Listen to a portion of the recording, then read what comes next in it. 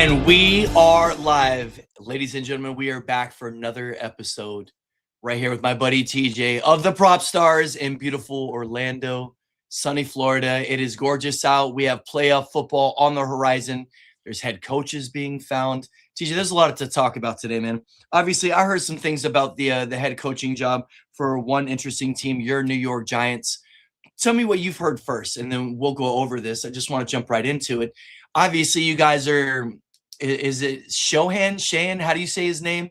Yeah, Joe Shane. Doesn't look that way. Okay. Doesn't look that way, but sounds that way. He's releasing some candidates. They're talking about it. What have you heard first?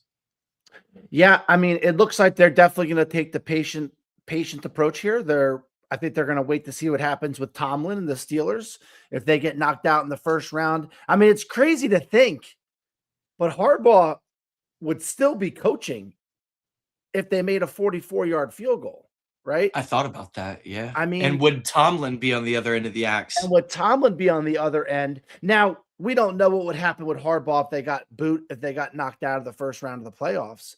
But it's just crazy to think that.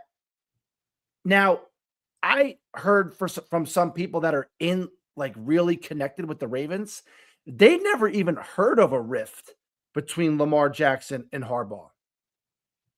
So it's an ex-tight end that's really connected with their locker room. And he's like, obviously, if there's smoke, there's fire, but he hasn't even heard.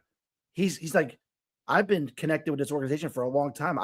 This is the first I'm hearing of a rift between Lamar Jackson and Harbaugh. Just something interesting to think about. I mean, let's be real. The Giants, it's a very sexy job. The Falcons, extremely sexy job. Maybe the Falcons you could argue, a little sexier, maybe, right? Worst conference in the NFL, or worst division in the NFL. Sure. I don't think the Falcons are really tied to Penix. It's kind of crazy to think, but I think the Giants are more connected to Dart than the Falcons are to Penix. Yeah, you've already heard all the talk about how Penix isn't even getting leadership coaching from other people. So it definitely feels a little bit different, you know? Yep. I just think that I think it's between the Giants, Falcons, and Ravens, right? Now, obviously not for Harbaugh, but who wouldn't want to go to the Ravens? I mean, they have superstars on both sides of the ball, right? And Derrick Henry has still not lost a step, right? We could all agree on that. You're talking about a team that has like an active MVP candidate who's already won multiple MVPs. Yep. Talking about a rushing title leader, a defense that's a little bit down. They got pieces, they got star receivers, tight ends, whatever. You're absolutely right. If Tyler Loop didn't miss that kick, John Harbaugh would still be coaching, and we would not be talking about a potential candidacy for the Giants. But he walked Tyler Loop into the locker room all of a sudden, and we talked about it. I was like, is he getting fired? You're like, no, he's not getting fired. And all of a sudden the next day, we're all blindsided by the decision. I couldn't believe it. Breaking news, John Harbaugh gets fired. And then you hear the murmurs about Lamar Jackson and him not being cool. From what I understand, from what I see on the John Harbaugh front, he built and predicated that entire offense around Lamar. I mean, he gave him every opportunity to succeed, did he not? I thought it was I think it's truly the first team I've seen build an offense around a mobile quarterback. 100%. Like, I wish they even brought in backups that were mobile like him, right? Yeah. I love how now this is the thing, right? I wish they would have done that with Michael Vick too, because it would have been so much fun to watch. I thought about this a lot over the last 2 days. How do you protect a guy like Lamar Jackson? The one thing you don't want to do, which you would think maybe right away this is a smart move, but in the NFL it's a bad move. You don't want to run like 4 and 5 wide. You don't want it being wide open. Why? Lamar Jackson has to make quick decisions, which I'm not saying he can't do, but he has to make quick decisions, and he's susceptible to getting hit. So what did the Ravens do? They brought in big tight ends, a lot of big formations, right? And a lot of set running plays for Lamar Jackson. Yeah. He has all the arm talent in the world, and he's just gotten better. But the way they built that offense around him, you never saw Lamar Jackson getting crushed in the pocket. So I was thinking Jackson Dart, right? That's the kind of I think Dart is such a gifted runner, right?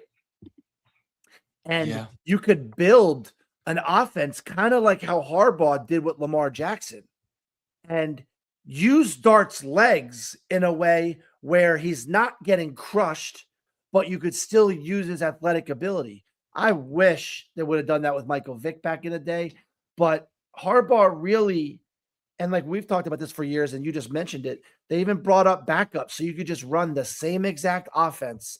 And let's be real, when the Ravens were moving the ball, it was like poetry in motion, right? It was almost like watching Golden State Warriors in the NBA. Do you feel like a Just part of their issue is the reduced rushing volume from Lamar and how it's not giving that offense the same sting? yeah, I don't know. I feel like You get what I'm Lamar saying though, right? Lamar Because I feel Jackson like wasn't healthy this year. without him doing the RPO, without him rushing, without him being that threat, I feel like it gives the whole offense the different dynamic look. It is crazy though. Lamar Jackson completed he was 11 for 18, which isn't a horrible percentage, right? And he threw for 240 yards, 3 touchdowns, and the one interception was a fluke. So you want to just take that interception away.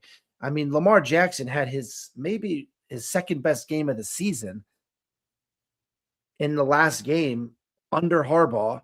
The Ravens look great. With an orchestrated comeback down the field. Yep. And Lamar On Jackson a clutch play to Likely, which is still like unbelievable. Yeah, amazing. And Lamar Jackson, I thought looked great. I think it's going to be Harbaugh to the Giants, Stefanski to the Ravens. I think it's going to be a head coaching shuffle. And I was also thinking about Stefan. All right, so every Giant I've also fan, heard. All right, so you're talking about Harbaugh as a candidate. We saw that. Kevin Stefanski.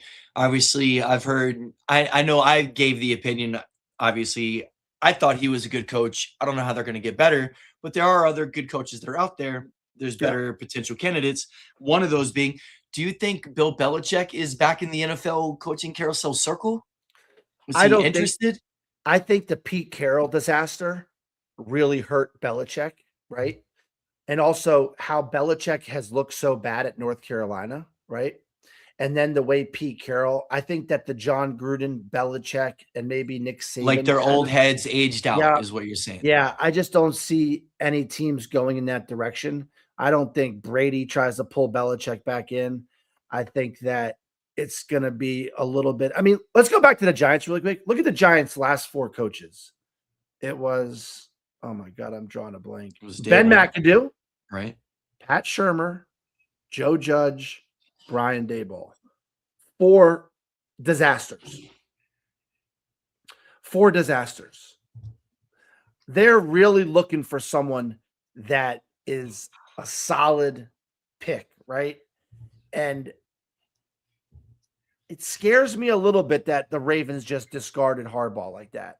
And for how consistent the Ravens organization's been, it does scare me a little bit that we're Stefanski. Yeah, but the Eagles got rid of Andy Reid when he was balling too. So I mean, right? Like we can bring up other positions where it seems unfavorable, but at the same time, like it's just a voice change, or it's just we need the different continuity, or maybe it really is Lamar. So it's either, if it's between Harbaugh and Stefanski, I can be honest with you, it's close. Because I was thinking about Stefanski over the years. I mean, the Browns had some offensive explosions with limited talent and Joe Flacco and Jameis Winston at quarterback, right? Didn't they have Baker back in the day too, right? And they had Baker, right?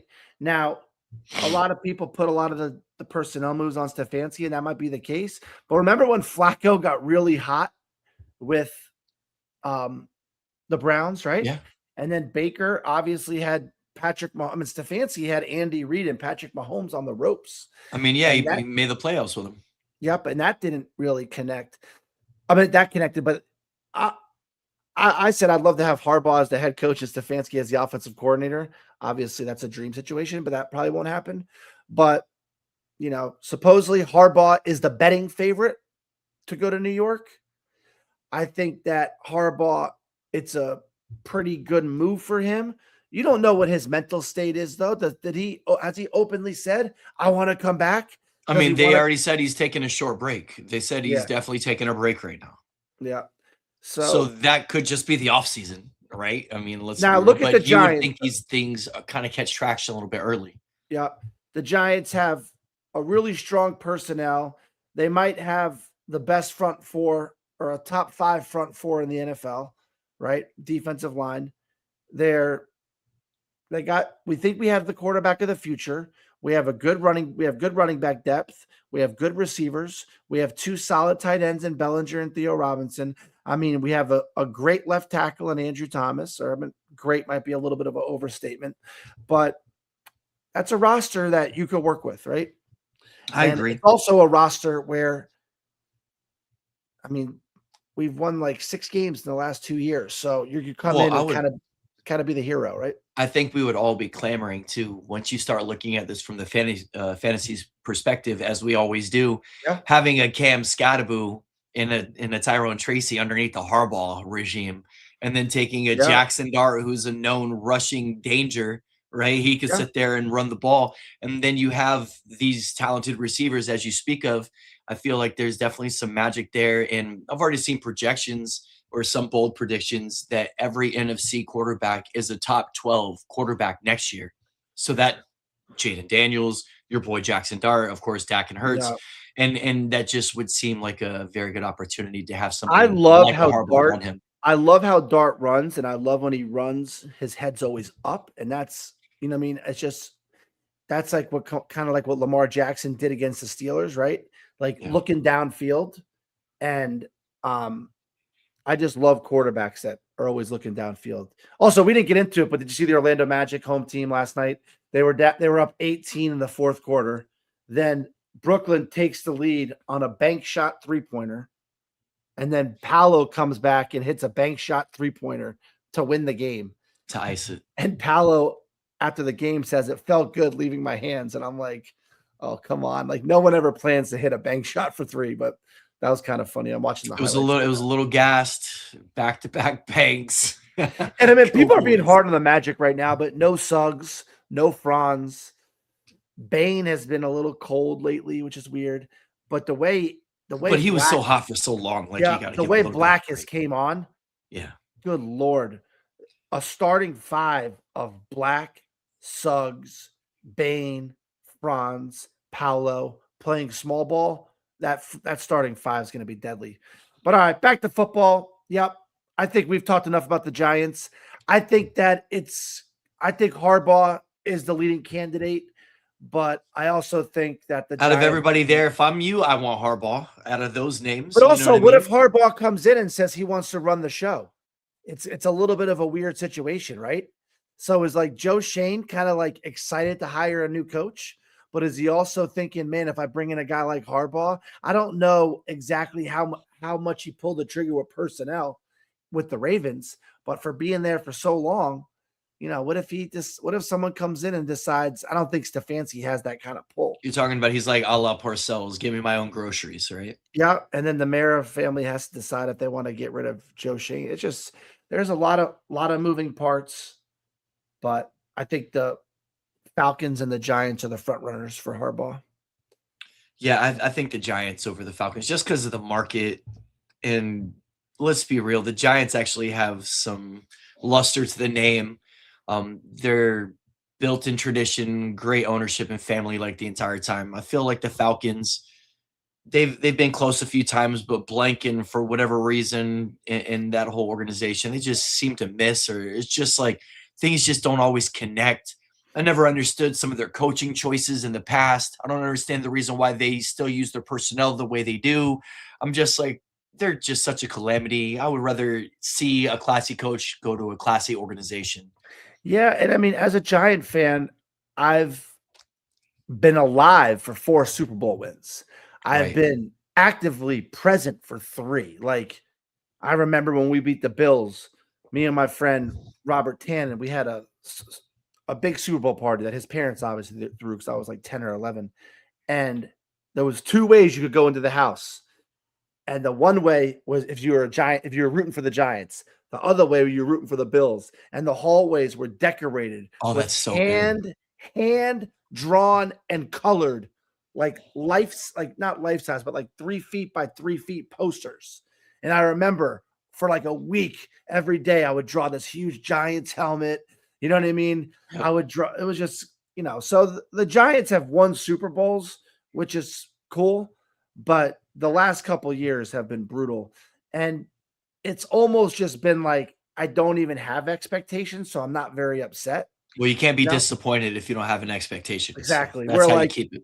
yeah, exactly. But I want to get back to the point where we're excited.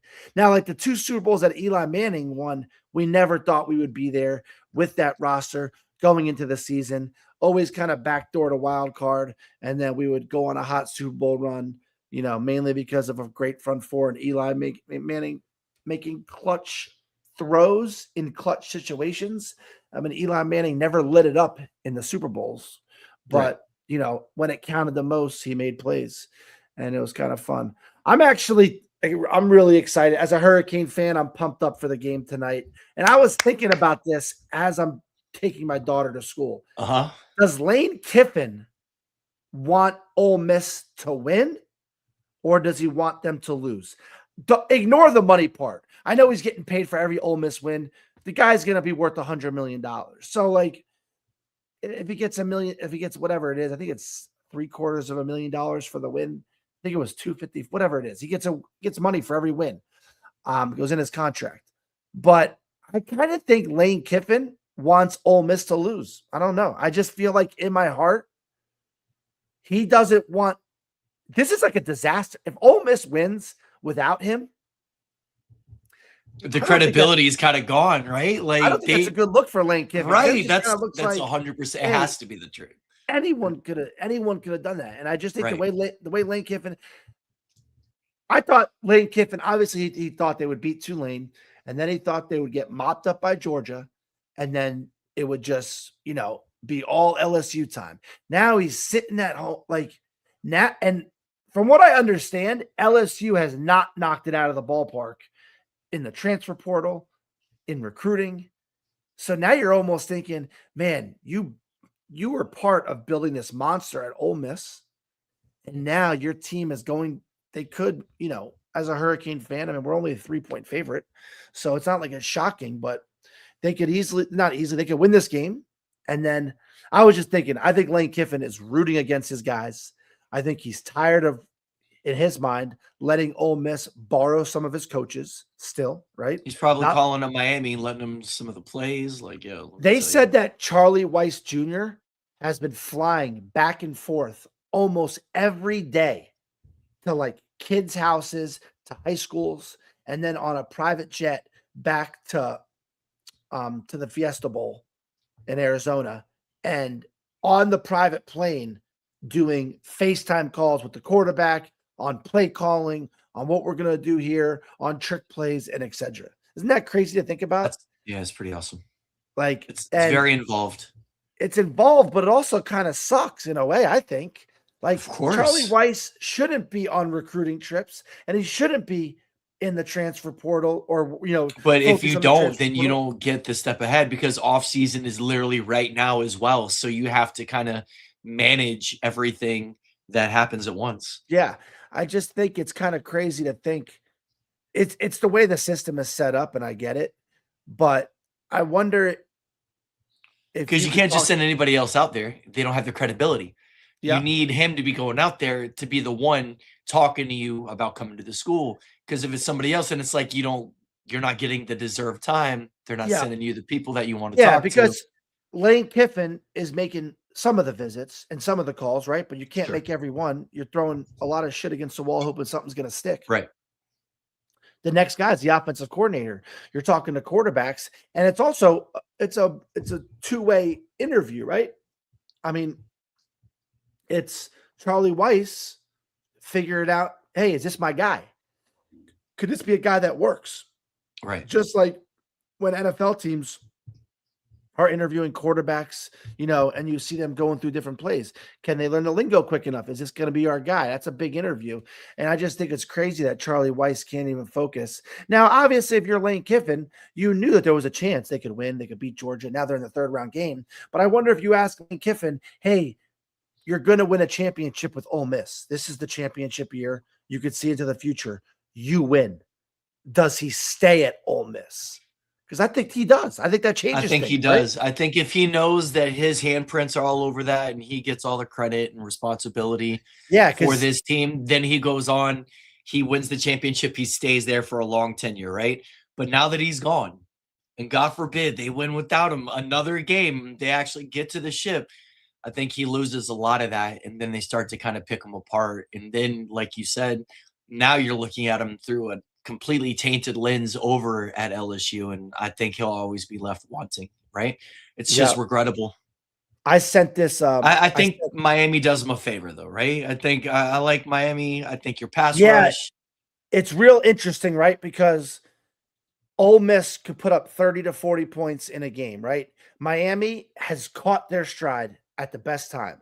They have two defensive ends that have been good this year, but Ruben Bain wasn't amazing all year, but he was always projected as at one time a top Top 3 flight, pick, a right? top 5 pick, top 10. Then he went to like 15 or 20th, I saw. Now he's back at the top 5 level, right? Because you could put him at D tackle, D end. Sure. He's a beast. He's a solid defensive end. He's a solid guy. He's a great guy. Um, it's kind And of then you got crazy to Akeem think Mosider too. That's his like tandem partner, that's a guy, right? and he's projected. There was one mock that I saw like a month ago that Bain was going like 16th and Mesodoro was going 20th, right? Right. But Miami Hurricanes, like kind of like Ohio State last year, is catching their stride at the right time. And now, I mean, they're talking about this could be one of the best defenses of all time. That's how crazy it is to think about like how Miami was good all year. I mean, they were, 10-2 in the regular season, but they were on the cusp of not making it, just like Ohio State last year. They lost to Michigan, and everyone's like, Ohio State sucks. And then Ohio State was hands down the best team in the college football playoff. Right. Miami so far, besides Indiana, looks like the best team in the college football playoff. It's just cool to see that you're going to see a lot of NFL prospects today. And, yeah, and talking about that, just because it's the other side of the coin, Indiana's obviously on the other game. It's a revenge game for Oregon, right? Yep. They beat them back in October, but they are a little bit hurt. They had one of their leading rushers hurt his knee on a celebration after the championship game. Yeah. He was celebrating, hurt his knee. Then the other guy, the last game, fourth quarter, goes down. These are two of their top rushers. I don't think it's gonna. What is it? Stephon Daly and Kellen Wyatt. These are guys that they are definitely, I guess, leaning on. It's going to be a bit of a gap. They always say that the last time that they play, the team who lost probably covers. What is it, 3.5 or something like that on the line? Yeah. I don't know, man. I know The Overman is an storyline- Oregon fan. This is the game. I think if Indiana loses, this would be the game. Yeah. They have a chance in Oregon to kind of get the job done this time. It's a revenge factor. I always love that. And Indiana, they seem like they've been playing out the part. They're undefeated, but can they continue to maintain through injury, right? Yeah. We'll see what happens. And the storyline is you have the top 2 picks playing quarterback, right? Yeah. So it's Mendoza and Dante Moore. I mean, Mendoza's going 1, Dante Moore's going 2. In every mock you watch, those are the top 2 quarterbacks. Raiders, Jets, both desperately need quarterbacks. Now, these aren't the top 2 quarterbacks like we saw 2 years ago, right? With Caleb Williams, Jaden Daniels. This is a whole. Now, who knows what the NFL success might be, but these guys do not have even close to those top of ratings. I mean, I'm hoping for a Miami-Indiana final, right? Championship final. That would be amazing to watch. You talk about the best defense in college football playoffs versus the number 1 quarterback. Something's got to give. Miami, it's in the game's in Miami, right? Yes. We have one of our loyal listeners that's, will definitely be at the game, and he might be inviting me. We'll see about that. But it's going to be fun to watch, and it's going to be intense. And I'm just so excited to see the Miami Hurricanes back. I sent it to the group chat, but it was a Jimmy Johnson pregame speech back many years ago when he was coaching. Back then, they didn't have any kind of playoff. So, but this was their biggest game, and he was talking about what we need. And it was just a great pregame speech. And it was just like, you're going to get knocked on your ass, but who gets up and who fights adversity better is going to win this game. And when you knock them on their ass, don't let them get back up. It was just a powerful pregame speech. I would love to know if he practiced that over and over and over again, or was that just off the cuff? Because it was honestly so motivating. But it's one thing when you're just like, rah, rah, rah, rah, rah, rah, rah. But his message was so potent. His words were precise and exact. And literally, the hype was real. But listening to those words, it just gave me chills just thinking about how Jimmy Johnson could get guys fired up for a game.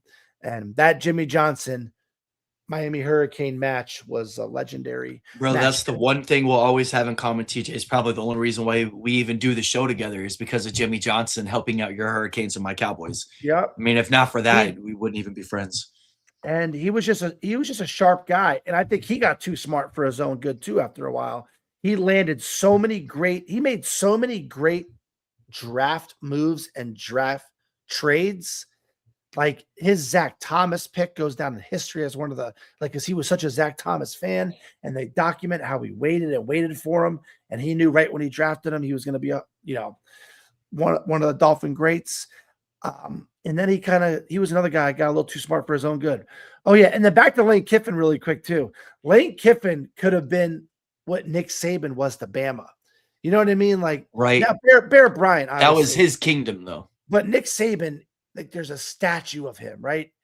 There's never going to be a statue of Lane Kiffin for LSU because when you bring him back, you're just bringing them back to where they were. Ole Miss was like, that was it, right? Like I Lane agree. Kiffin could have, and I can't imagine the money being that much different. Now, I understand if you're losing recruiting battles, that must be hard and must be frustrating. And they found a diamond in the rough with their quarterback now, Chambliss, right? They had to go find him where most people don't find quarterbacks, right? Where LSU, you're just getting, transfers from Ohio State like Joe Burrow. But so I think Lane Kiffin might have been tired on the recruiting front, but man, you could have just literally would have went down in history. And instead, like Lane Kiffin does, just go into the next best opportunity and just says, fuck loyalty. I don't know. It leaves a sour taste in my mouth. It's kind of unbelievable because we all believe in like the old school traditions of sports. And I feel that loyalty is something that all the more experienced sport fans consider to be so important. And obviously with the way that the transfer portals are, even in high schools nowadays, it's just ridiculous, man. Kids are going to go wherever the best opportunity, money presents itself, tradition, family, whatever it is. The loyalty does not mean nearly as much as it ever used to. It's about getting paid, taking advantage of it. And I mean, I get it. Injury is a very real thing. And you want to take your, advantage of your opportunities while you get them. But I still feel that there's a way to do it the right way. And I feel that, like you said, having an opportunity to build something out of nothing, to resurrect your own kingdom, your own program with your mark on it. And instead you just walk away from it. And how amazing would it be if they continued to win and we're the underdogs and won a national title all the way through, and it would just be egg on his face the entire time. No, yeah, for sure. For sure. You want to get into the NFL? Man, we got some really good matchups. All right, so in the NFL, everybody, we got 2 bye weeks. We do have the Denver Broncos in the AFC and the Seahawks and the NFC, right? Yep. We'll cover AFC first because it's not our natural division. Well, let's go down to let's just go down the Saturday lineup. Okay, let's go Saturday lineups then. Rams, I gotta pull it down out of Wildcard because I had it in the bracket or whatever. You got Rams at Panthers first game. Rams were 10 points. Now they're 10.5. Nobody's giving Panthers any credit, right? Yeah, I'm trying to figure out how. I mean, I'm not going to be that shocked if Panthers.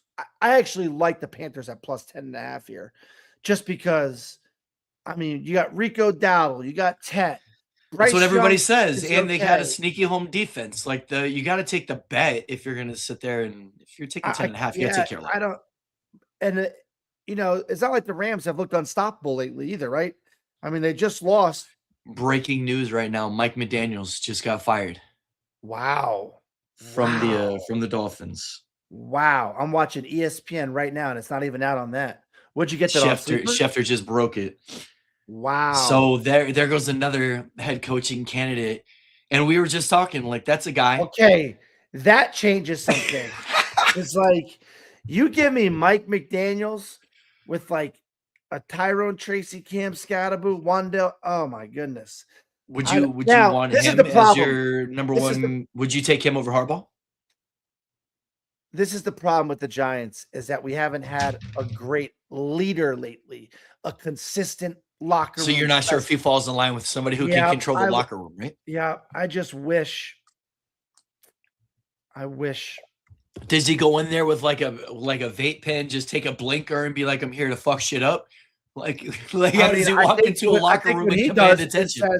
I think what he does is look what I just did with Tua, and look what The guy look could what throw I 35 yards, and we may. yep, and look what I did. You say I can't control people, but I kept Tyreek Hill under. He was under Not control when only he that, played. but he kind of put the Dolphins on a nice little run at the end too, right? Before they ended up. I think he took him to 2 playoffs, right? I think 2 He seasons did. with the playoffs. I'll still never forget one of the most entertaining games I saw in the last few years was that Dolphins Ravens game from a few years ago. Oh yeah, That game that was was amazing. just back and forth all the way to the end. Tua's McDaniels Yeah, was Tua's best game of his career. Now, yeah. yeah, Johnny, John, I agree. I mean, I want McDaniels, but I'm taking Harbaugh over McDaniels because, like Dayball, for example, great offensive guy, but he's a little like he's a hothead, right? And you saw that with the Giants, offensive priest. I hated how we had so many penalties on offense pre-snap, false starts, illegal motions. That shows me you're not really paying attention to the details.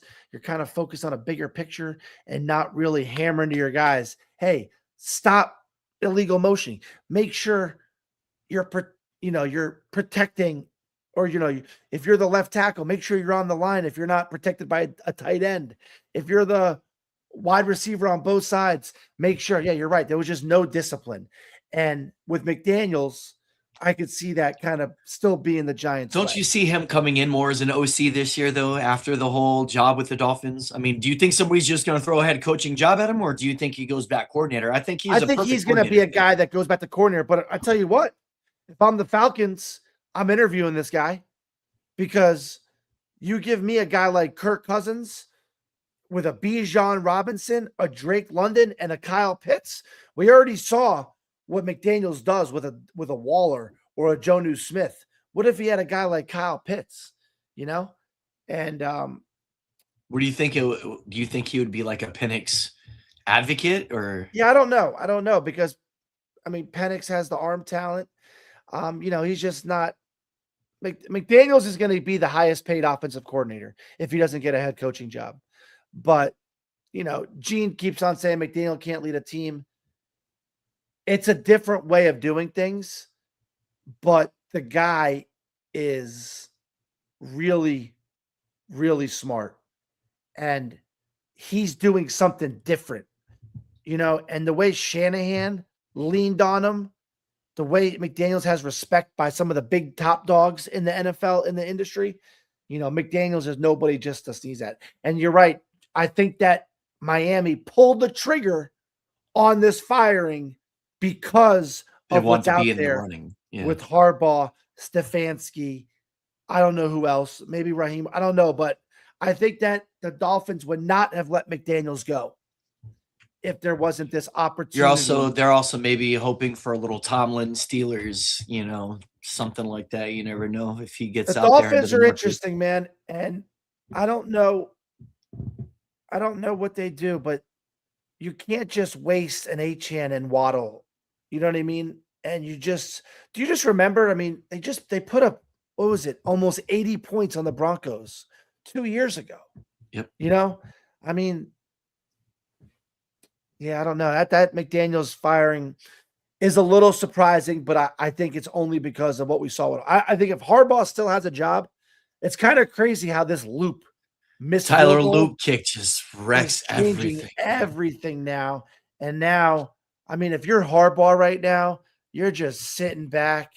I'd be like getting away in like Barbados at the Four Seasons, sitting in my penthouse and just telling my agent I'm not taking calls for a week, and just watch as you're in your penthouse, seeing the private jets just flying in just salivating. Isn't that crazy how the Ravens discard somebody and like, what's that saying? Somebody's mess. Trash is another man's treasure. Yeah. Johnny T 100%. says Giant fans got to root hard for the Bills, Eagles, Steelers, and Packers to win so their coaches keep their jobs. I know, right? Oh yeah. I tell you what, fuck the Giants. Fuck the Giants. If Jacksonville blows out the Bills this weekend and that Bills head coaching job opens up, McDermott. if McDermott is gone, oh my goodness. Giants are not getting Harbaugh. Put it that way. No, yeah. Because any head coach is going to hitch their wagons to 5 more years of Josh Allen in his prime. And James Cook, too. And James Cook. Another leading rusher. And like it's so easy to go find star receivers, right? Then if you're Harbaugh, you might just be a guy that goes, hey, go get Pickens. Just go get Pickens. I'll keep him under bay. Now you got Josh Allen, those great tight ends. And also, if you look at that team, it's kind of a Harbaugh team because you have Josh Allen, James Cook, and 2 really good tight ends, right? Yeah. Like, who could block. And that's the problem with Kyle Pitts and Evan Ingram and guys and Waller and guys like that, right? They're just not blocking tight ends. Yeah, Kincaid and Knox can block. When you have guys that are true tight ends, that's when you're running a Harbaugh type of offense. So, yeah, I don't think that the Eagles would ever get rid of Sirianni, but I could see McDermott. If the Bills, I mean, we've heard the same grumblings about Sirianni, and if not for a Super Bowl title, they were talking about him being out last year. Yeah, I mean, but now he got that, right? So right, Sirianni, but that's how wishy-washy that it is, man. Like, and it could be the same thing with Tomlin. Tomlin exits out in a bad loss. Maybe he gets fired, but he could also end up staying on as mediocre Mike for another year or 2 with another win. You know what I mean? Like, it's so crazy, man. And we'll get into it, but Jacksonville is actually my favorite to come out of the AFC. I love them at 14-1. I don't know if I totally trust Trevor Lawrence yet, but that team has it all. They have a running game. They have a quarterback that can make every throw. He's tough and he's mobile. They have very good receivers everywhere with Myers, Brian Thomas Jr., Washington now. He's really emerged. Yeah. I could be honest with you. I don't even know if there would be room if he was healthy for Travis Hunter, right? I don't even know. I think Travis Hunter in the playoffs would be their number 4 wide receiver. So, I mean, they have Strange at tight end. They have every tool. And I think, I like Jacksonville. We're seeing Trevor finally develop into the guy who we all knew that he could be. And the talent has always been there. And maybe it's just in between his own ears. But for whatever reason, I worry about Trevor Lawrence. I worry about in that matchup, I'm still taking the Bills. I still like the Bills in that game. I know that it's everyone's popular pick to take the Trevor Lawrence and the Jags in this one, and I get it and I see it. I just think this is Josh Allen's year. I think this is it. I already said it a little bit last week or earlier in the week. It's now or never for him. He's got to put it together. This is his opportunity. There's no other main quarterback standing in his way. It's Trevor Lawrence. It's Bo Nix. I mean, these are the guys he's got to go up against. I think that he's going to be the favored quarterback in every single matchup that he's going to go in, and it's just his time to play. And if he goes out there and plays like it was against the Chiefs or it was against the Ravens, I think he absolutely lights it up. When you get playoff Josh Allen, I think it's a different level of focus. I think he's, I think he was a little banged up going to the end of the season. Trevor Lawrence there, Buffalo's favorite one. So obviously people do think that, but I mean, it's only one, but people are saying Buffalo's the better team there. They're not believers. Right. I'm just the only one that I've heard. Like everybody that we know, all of our friends, everyone's on Jacksonville. Like everyone likes Jacksonville in this matchup. And I'm saying it's Josh Allen's game to lose, Yeah. Yeah, I love Jacksonville at 14-1, but either way. All right. So we talked about Rams Panthers really quick. I mean, you got Stafford chucking the rock around to everybody, Puka, Devontae Adams is back. They're healthy. They're both healthy. Puka, we already know. Number 2 1 running pick backs next year. They can lean on. Right. They got Corum, who's really developed nicely, I think, just for this burst and run. They have Parkinson and their other tight ends who have developed. I mean, they're loaded. They're ready. Matt Stafford's been getting back shots for the last week. He's ready to go. He's numb, and he's going to make a run. I have the Rams, and I'm staying with this. I got the Rams coming out of the NFC. That's who I think. I So think they who's go your on a run. AFC pick? Rams who? Bills. Rams, Bills. Yeah. Yeah. No, We'll yeah, see. I can see Obviously, that. I don't think I've been right about this for years, so we'll see if this is what it is. But I just like what the Rams are made of. I like the potential, their offense. I like the way they almost beat the Eagles last year, if not for fourth down stopped in the back of the end zone. I definitely think that they have all the pieces and all the components to just make a run, man. I think this is the Rams to go through anybody who's in their way. Yeah, And I'll the other try. matchup that we have is the Packers and Bears. Who do you like in this game? The Packers are rolling out Jordan Love, right? They just no Micah Yeah. Parsons, right? No Yeah. Tucker Craft. We I talked don't. about this a little bit. Bears, Yeah, I don't want to. I know one of our loyal. We have some Bears fans that listen, and Glenn's a big Packer fan, and I know that the Packers have kind of had the Bears number over the years. Obviously, that's starting to change. A lot of really loyal Bears fans are kind of tired of the Caleb Williams, the comeback kid kind of thing, and they would rather see him perform in the first 3 quarters as well. You know what I mean? So I think it says a lot that people are betting Green Bay in Chicago. I think if Green Bay was healthy, I'd take Green Bay here. But I think an edge rusher and a great defensive line in the playoffs is so valuable. And also a tight end is so valuable. When you lose a top 3 edge rusher and you lose a top 5 tight end, I think that it's going to be Chicago to advance. I think that Caleb Williams has shown us this year that, and Ben Johnson has shown us that they are making play calls to use his legs more as like bootlegs and play action rollouts. And I just see that, but I remember, was it last year when did Dallas make the playoffs last year? It was 2 years ago when Green Bay just punched him in the mouth in the that was first 2 years round of the ago playoffs. at your house. Yeah. Love came out, dominated. It was so bad. That's the thing, man. The Bears, they're one of the top turnover teams in the NFL, if not like the top turnover team. I like the Bears if they can get some turnovers. You know what I mean? Like if this Yeah. is a ball control, slow game, I think it's advantage Green Bay because that's how they play, and they have the grinders and they have that secondary. I think that the Bears, they have to be able to run the ball. That is their strength. I think that they have to be able to figure out how to get.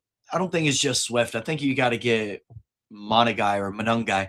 I think you got to get him just rolling. You got to have some easy plays for Caleb to get completed. Got to give him some early confidence so he can build an early lead, right? I think Chicago goes as the run game goes. I think they need a couple turnovers though. I think both of these games, with the Rams and Panthers, I like the Rams big, and in this one, I like whoever. I'm favoring the Bears, but I think it's a last second game. I think it comes down to final possession, and I think it's going to be for all the. I mean, the last game was the other game was, I guess, not so good, but the last game was so exciting, and of course the DJ Moore catch, and it took a miracle or whatever it was. But I definitely like the confidence of the Bears, man. They seem All like right. they're in the right spot. Yeah, I wanted to look up. You're picking Rams and Bills for the Super Bowl, right? Yep. What do you think $100 would pay out on that matchup? It's probably 35 to 45 to 1. No, Is what I would guess. it's 19 to 1. It's Okay, 19 to 1. So it's yeah. not as far-fetched. I mean, the Rams are almost a favorite to come out of the NFC. The AFC, it's Broncos, Patriots, Bills. Broncos, Patriots, Bills as a favorite. Now, if I did Jacksonville, I just know that the Broncos haven't really. I think the Broncos definitely don't blow out the Bills, and I think Josh Allen can win that matchup. If it's the Patriots, I know he's already come back from 21 down against the Patriots and MVP Drake May, so I like him in both of those matchups. You know what I mean? yeah. I think this is Josh Allen's year. Yeah, man. my pick is Jacksonville and Philly, which I hope I'm wrong about that, and that would be almost 40 to 1. So Jacksonville, Philly, would almost be 40-1. The thing is, with Jacksonville, I think if they beat Buffalo, they're like almost the favorites. Sure. I Like agree. Jacksonville manhandled Denver. And Jacksonville manhandled the Texans until one of the biggest, you know what I mean, collapses of the season. But I don't know. You put Trevor Lawrence up in Foxborough. I'm leaning the Patriots, man. I agree with you. And like, you know, I'm definitely leaning just how because many times this year did I call him Trevor Squiggly Line Lawrence? You know what I mean? And it's like, I agree. I think Trevor Lawrence needs to not be in really intense situations. You see what I'm trying to say? Not like obviously every game because it's playoffs, but like if they could keep Trevor Lawrence calm early on, right? Because everybody gets nervous. I mean, shit, when I played Disney softball, right? When you're on the mound, you get a butterfly in your stomach before a game. Imagine these guys, right? So every player gets nervous, you know? But Trevor Lawrence, if he could get going early a little bit, right? And just don't put him in a spot where it's like, remember that one of the biggest plays of the year was against the Chiefs on like that 4th and goal from the 2 or something. And he fell. And he got back up and runs through it. He got back up. But I literally think it's like Tua. They just get so nervous under pressure that it's like, it's too much. I feel like if Trevor Lawrence doesn't get back up and running that touchdown, they don't beat the Chiefs. Their whole season goes completely the opposite way, man. That was one of the linchpin moments. And you were there to see it. Was one of the linchpin moments of their entire season to see it happen live. And it was like, you finally beat the guy who's been in the way. And it kind of was a dagger. And, you know, when we look at the AFC and the Broncos are the number 1 seed and you got Sean Payton, but nobody believes in that offense. Nobody's believing that they're going to sit there and go boat race or smoke anybody, man. And I think the AFC goes through the AFC East. I think it goes through New England, or I think it goes through the Bills. And if not them, it's going to Jacksonville. And if it does go to Jacksonville and if they host the championship game, there's a good chance we get tickets to that and we end up maybe up in Jacksonville or something like that to go watch the game. Sure. And if you look Mr. Langan, talk to one of your buddies out there, you know what I'm saying?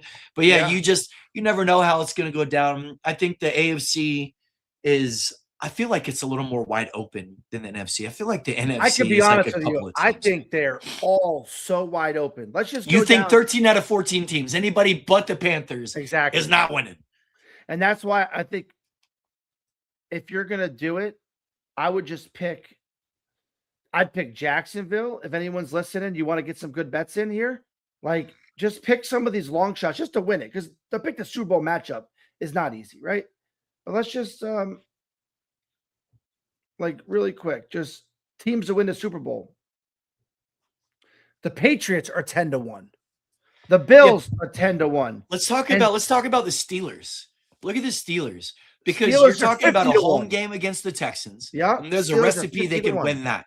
But then now you're talking about an Aaron Rodgers defense with Tomlin and a running game. Like Gainwell has been such an X factor for that team. Such an X factor. And the watch he's catching it 8 catches the last game. Or he's running for another 15 touches and 90 yards and breaking out 20-yard runs. Like the dude is just everywhere they need him to be. And I'm so impressed with the way they kind of just make it happen on the Steelers front. And I think they're just like a dark horse team that can make a run because that defense I feel is going to keep them in every game. Yeah. And to watch like Calvin Austin to watch him kind of get going a little bit, right? To watch Adam Thielen kind of get going. Right. I mean, Gainwell's obviously been, it's just crazy. You could go to every team. Let's just start with the AFC. We obviously know the Patriots. They're fun and they're kind of a little bit sexy, right? Because you have Stephon Diggs, Travion Henderson, Ramondre Stevenson, another good tight end, and obviously Drake May has lit the NFL on fire. Then just keep on going down. The Broncos. I guess the Broncos would have been number 1. I mean, you have Bo Nix, who's a great athlete, and he's got guys like Cortland Sutton, Franklin, Evan Ingram. You got RJ Harvey. So that's a sexy offense, right? Go to Jacksonville. We already just talked about them.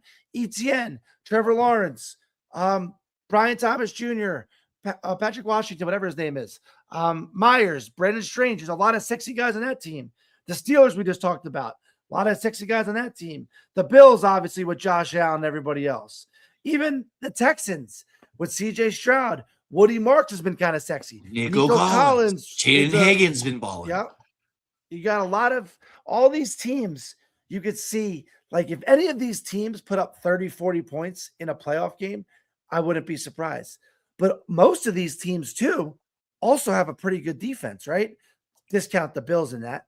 But like the Steelers have a pretty good defense besides Ramsey getting cooked. Jacksonville has a good defense. The Texans have the best defense, hands down, in the NFL. Denver's got one of the best defenses in the NFL. I mean, any of these Chargers have been good in certain metrics. Chargers, we didn't mention the Chargers on offense, but shit, they have weapons everywhere. So it's like one of these teams just has to get hot. It's real, it's this is why we do podcasts, right? Because this is the time of year where you want to talk sports and you want to just, like our boy Dustino says, it's like therapy, right? Get to yell into a mic and, hopefully someone's listening. Out your opinions on what you believe should happen too, because we all know what you believe isn't always what happens, man. What do you think about the chances? Do you think the Niners have a legit shot to beat the Eagles? All right, so back to Niners-Eagles. This is the thing. Niners could easily beat the Eagles if they were healthy. They're literally the most injured team over the last 10 years. The most unlucky any team has been when it comes to injuries. Now they don't have one starting linebacker that's going to be playing this week. Bosa's still out. Trent Williams, I don't think, is playing. I mean, that's obviously on the offensive side of things. But this Niners defense is running out practice squad guys. And that's why the Bears and that's why the Seahawks ran all over these teams. And this is the worst matchup you could ever have for the Niners.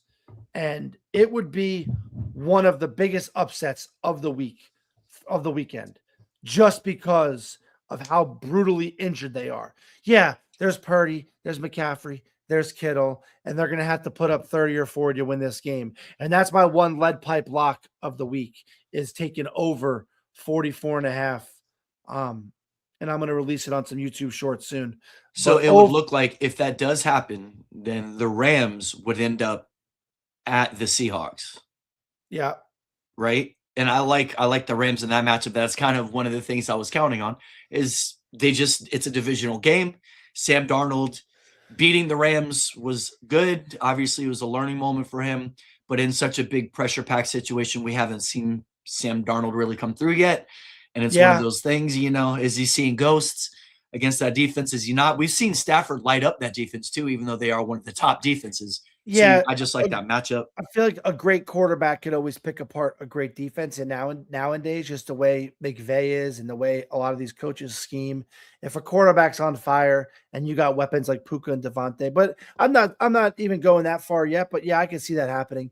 But this is a nightmare situation for Niners fans, for the Niners. Can they do it? Yes, they can. But this is going to be, in my opinion, an easy over. I could see a 31-28 game, 31-21, 38-35. No one's going to stop anybody in this game. The Niners just looked so pedestrian last game. I don't know how they just got so shellacked. McCaffrey did nothing. Purdy did nothing. They had a field goal. I think that's I think it's crazy to think. I know some people that are really close to that organization. They're just like another year where we can't catch a break.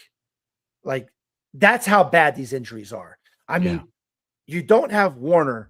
You don't have Bosa. The other linebacker that just got hurt. There was an article that just came out. I'm going to pull it up really quick.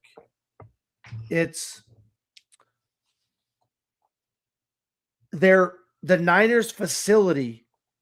There was an article, could chronic EMF exposure from a nearby substation be causing the Niners epidemic of tendon ruptures? I mean, I know that's hard to follow, but literally there's like some sort of, they're thinking there's EMF exposure because the Niners are like triple everybody else in tendons rupturing. And they think it's because of like Electronic magnetic frequencies, right? It's like radiation exposure. Right, exactly. Yeah. That's what, like, think about how fucking crazy that is. And this isn't like this is a real article, but nobody else can explain why the Niners, well, who was it? Greenlaw 2 years ago. I think you were over at my house, right? And he's running out to the field against the Chiefs after halftime, I think, or before half, and ruptures his Achilles running out to the field to go into a play. I mean, they do play out there at California, right? And there's a lot of things that are going out there in California with a lot of lead technologies, and there's lithium fields and all kinds of crazy things that are out there that they're into. And it's freaking nuts. And Santa Clara can't be that far away from all of it. It was this time last year we were talking about the damn wildfires out there and everything. Like they really can't catch a break. And the fact that they're trying to look for some undiscovered reason for these injuries is, I think, what you're trying to say. That's sad. Painting a picture. Sad. And I don't know if you were watching the game, but the Niners versus Seahawks, there was a 3rd and 17. And for some reason, they showed John Lynch, right? I think like before the snap. Seahawks run halfback draw. Everybody knew they were doing it because they were up 10-3 at the time, I think. And they get 20 yards on a halfback draw. And John Lynch does this. I don't know exactly. He was he was so fucking mad, right? Because obviously a guy like John Lynch felt like he could have stopped on his own. But that is how bad the Niners are hurt. And they're going to need a miracle because we all know the Eagles can get hot. And to stop Jalen Hurts. Now, I love the over here because I just love the over.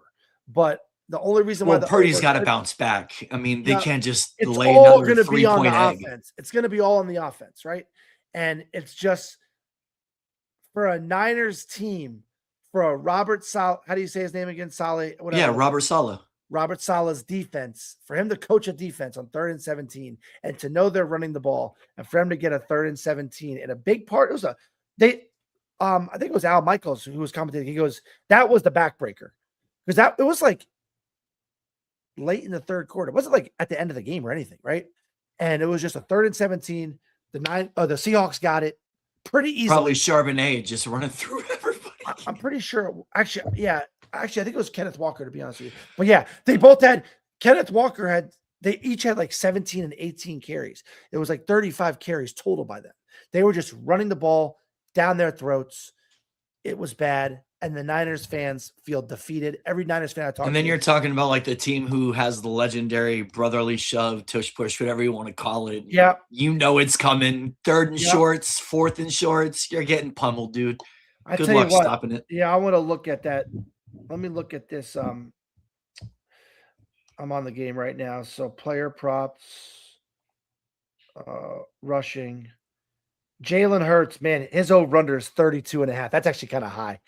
That's high for a quarterback. That's pretty high.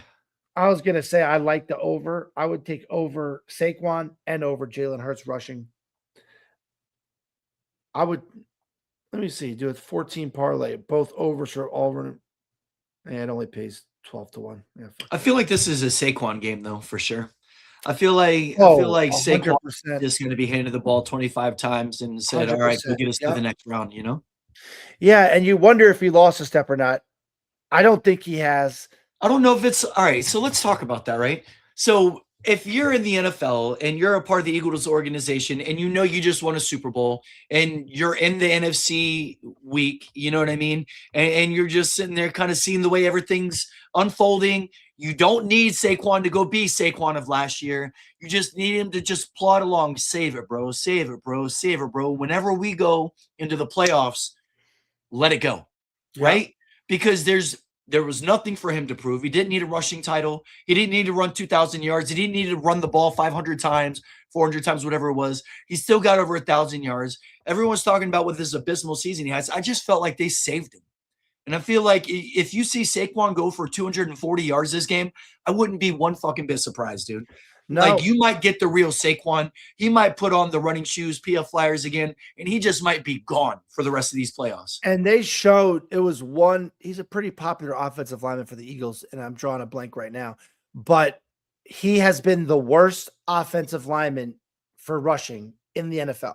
Wow. Missed rushing assignments. I think it's like their left guard. Or He if I just said can't it, get in the right spot. He's just like, the yeah, wrong he's just dude. getting roasted, right? That's hilarious. Like be a guy. Yeah, he's just getting like, watching. that must. I know he saw it. If I saw it, he saw it, right?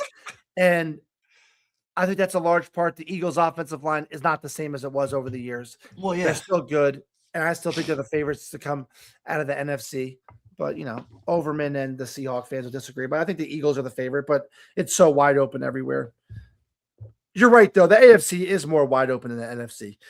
I feel like the NFC, we know who's coming out, bro. It's going to be one of these like 3-4 teams. Yeah, Eagles, Rams, or Seahawks, right? Right, really ish. Maybe the Niners. I heard the Niners could get Warner back if he's like another week or two, So if the Niners somehow could pull off the miracle and win that game, then I feel like the biggest wild card may be the Bears, just because they have all of this weapon. They got Ben Johnson, right? And if they're a turnover machine, if they get that defense humming and they get turnovers, it could be a problem. But they just haven't been able to like do what they do against the bad teams, against the good teams. You know what I mean? It's great. Like as a Bears fan, who cares? And I'm not even trying to put them down. I just feel like they have no shot, right? Because sure, they looked so unconvincing against the Lions last week in a game where they were trying to win. They didn't bench their starters. Lions were mailing it in and they still won. And, the Bears just had to get so lucky all year to get to this point. Now, good for you. That's great. And maybe you can turn around because if Odunze's healthy, now that is true. They have not been healthy. So, we've got to see Luther Burden's shine, right? They got a lot of weapons, man. They got a lot I can of see weapons. them kind of beating the Packers. A play goes their way here and there because they do turn the ball over. And then it'll be not only that, but day, they right? get the elements, right? I mean, I want to see them kind of dominate a game from start to finish. I agree. Like we've seen the Rams do, we've seen the Seahawks do, we've seen the Eagles do it. I'm just talking about who is that fourth team that's going to challenge the Rams, the Eagles, I guess and it the could be the Seahawks. Niners. Could be the Niners or the Bears. Let's move it on to the Sunday night game. San Diego Chargers at the Patriots. I was trying to think of. I'm all over the Patriots in this game. Yeah. I don't see. I mean, I could see how the Chargers can make an interesting case, but everything that the Patriots have done all season, I think they come out there on the ball. I think Drake May's on fire. I think their defense is tough, and we just haven't seen the same Chargers team on the road as we have at home.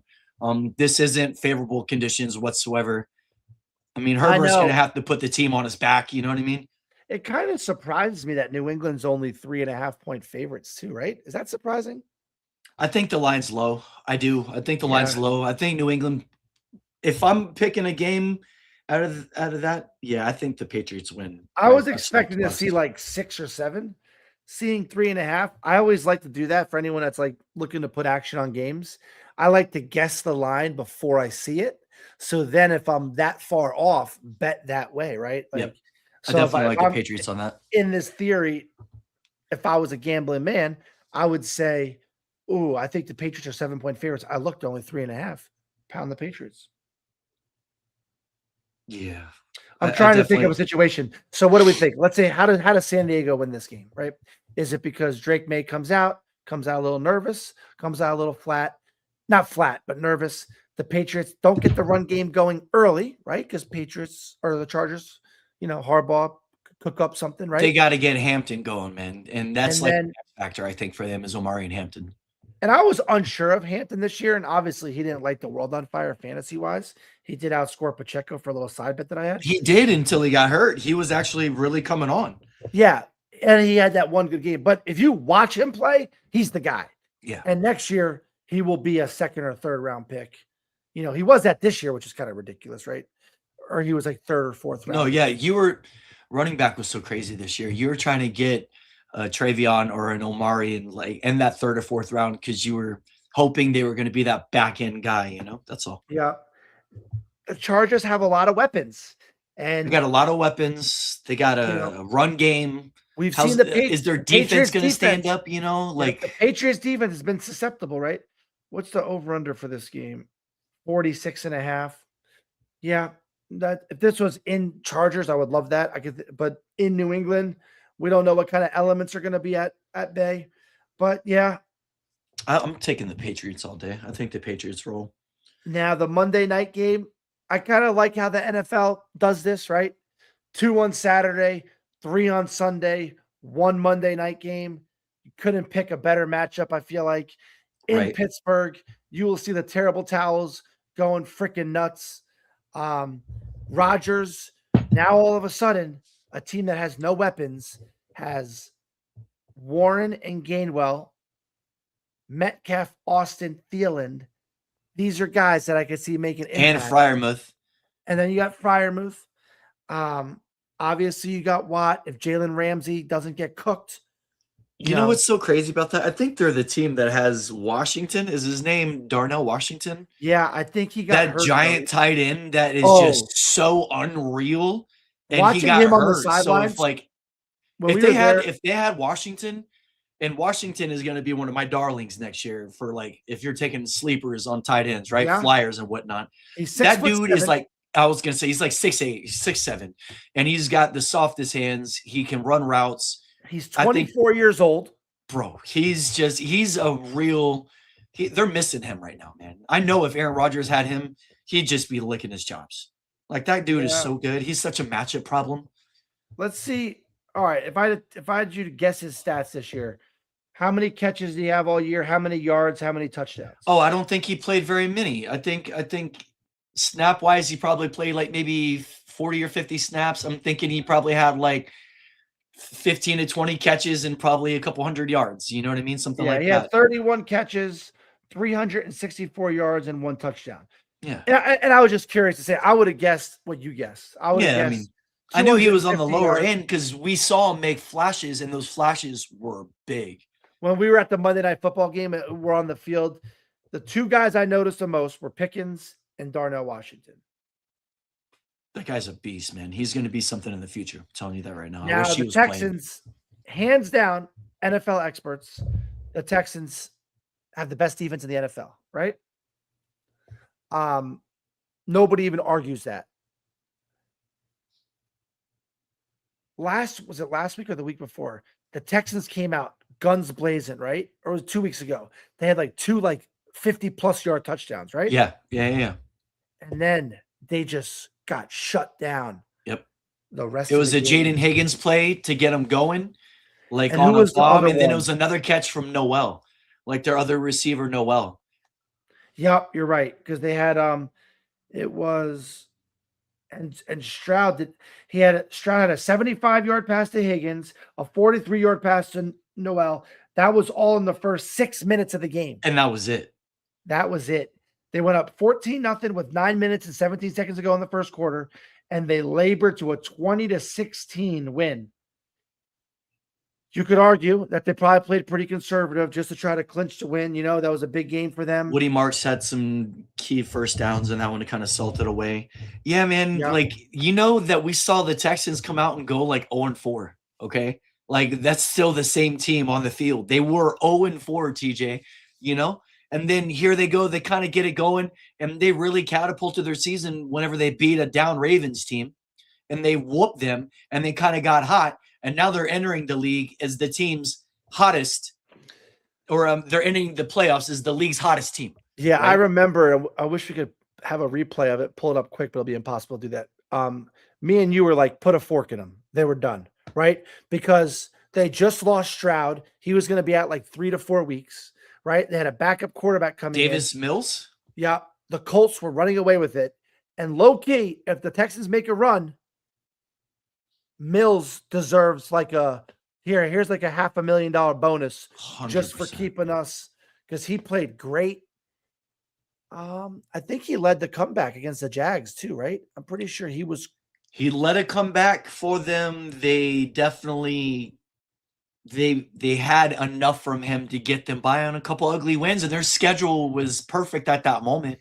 But you still got to go out there and beat teams. I remember we were like, the Texans are done. Colts are going to run away. You start 0-4, dude. The fact that you came out and then just won, I think, 9 in a row, that's pretty wild, man. That just shows you that. And we've all had like a dead dog in fantasy when you start 0-4, 0-5, and you get one of those dogs back to life and you get them in the playoff. It just takes so much work and mental fortitude and belief and discipline to even get your team there. I almost feel like maybe they exhausted everything they got. You know, like Yeah. maybe When they they went, gave it everything they had, because I just feel like the Steelers are gonna just like, hey, it was a good run. You were hot. Welcome to Pittsburgh, bitch. You know when what I they mean? beat Like, when they beat the Ravens, they were 2-3. okay, they are 2-3. But no, but I know what you're saying. I'm just trying to figure out.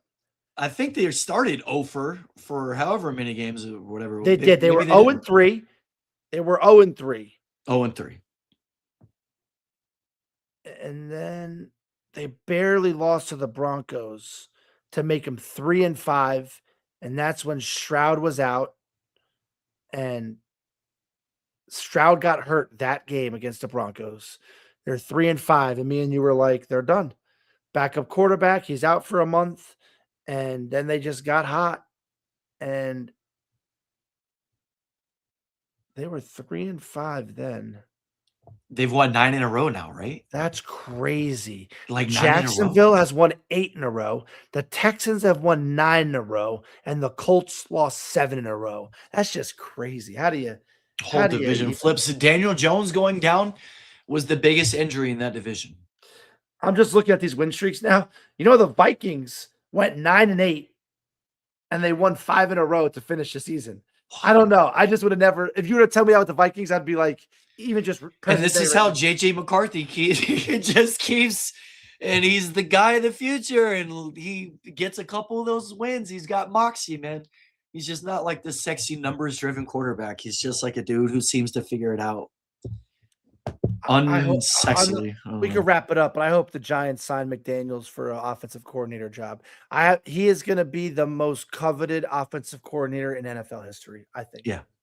If he goes to the Giants, you could put Neighbors as a top 5 guy. You could put Scatabo as a top 10 guy, if not top 5 guy. Now, the thing is, you'd have to kind of change things up because a lot of what McDaniels did is trying to get A-Chain to the outside. A-Chan, a lot of outside runs, right? There was a lot of motion with A-Chan trying to get him outside the number so he can go. Scatabo is not that guy. But you could have Scatabo, Tyrone Tracy. You could even put Juan. Well, now they have a running back that they have to respect going up the middle. So that gives you everything to do with what's going on behind if they ever load the box. That's something that Tua has never experienced. He's a brilliant offensive mind. I'd love for the Giants to get him. Now you just don't. You have no clue. No clue, man. There's so much going on. There's still so many losses that have to happen because other guys are probably still getting fired. I mean, Gene just hates McDaniels. I don't know why, but McDaniels. Bro, if Gene liked McDaniels, guy. I'd be worried. He's such a mush. As soon as he likes the Jets, he likes the Bucks. Like, why would he's you a finesse offensive coordinator? I want him to hate the Cowboys. I want him to hate Dak. I want him to hate everything. Yeah, when you're a good offensive coordinator, you run what you have. So you have H.N., Waddle, Tyreek Hill, and Tua. You're not going to run a power game with those guys. You're going to run finesse. But, yes, John, best bet of the weekend, over 44.5, Niners, Eagles. Niners have like 8 injuries on defense. They're running out practice squad guys. Sirianni's here to make a statement. Both teams will be moving the ball with ease. Over 44.5, Niners, Eagles. I like the Patriots by over 3.5. That would be my bet. If I was to take a side, I'd take Patriots minus 3.5 at home versus the Chargers. Harbaugh scares me a little bit. And then, I want that offensive lineman. I think he's Samoan from wherever he's from. He's like the rated as a top 5 offensive lineman, top 5 pick. I would rather have Giants go offensive lineman. Yeah, he's from Oregon. Then go receiver. I just feel like with Neighbors, with Wan'Dale Robinson, with Slayton, who I think we just signed to a contract, with Theo Robinson, with Bellinger, we have those guys. I don't know how much Tate moves the needle. You know what I mean? Obviously, it'd be so cool to have Neighbors and Tate. And, we'd have Tate under a rookie contract for 5 years. But I think I'd rather go trenches, build it from the inside out. And I say go trenches. You got a running back and a quarterback. You need trenches, man. Now, your biggest glaring thing, I guess, was your secondary. Get some value in the secondary, right? You know what I mean? Yeah. You gotta pick well there. But I think if you at least address trenches and then secondary, I think you guys would be looking really good. For sure. All right, guys. Have a great weekend. Enjoy. We'll be talking to you on Tuesday after the Monday night Steelers-Texans game. It's going to be a great week, y'all. We really appreciate your time, your love, and your loyalty as we were talking about. Prop Stars out. Peace.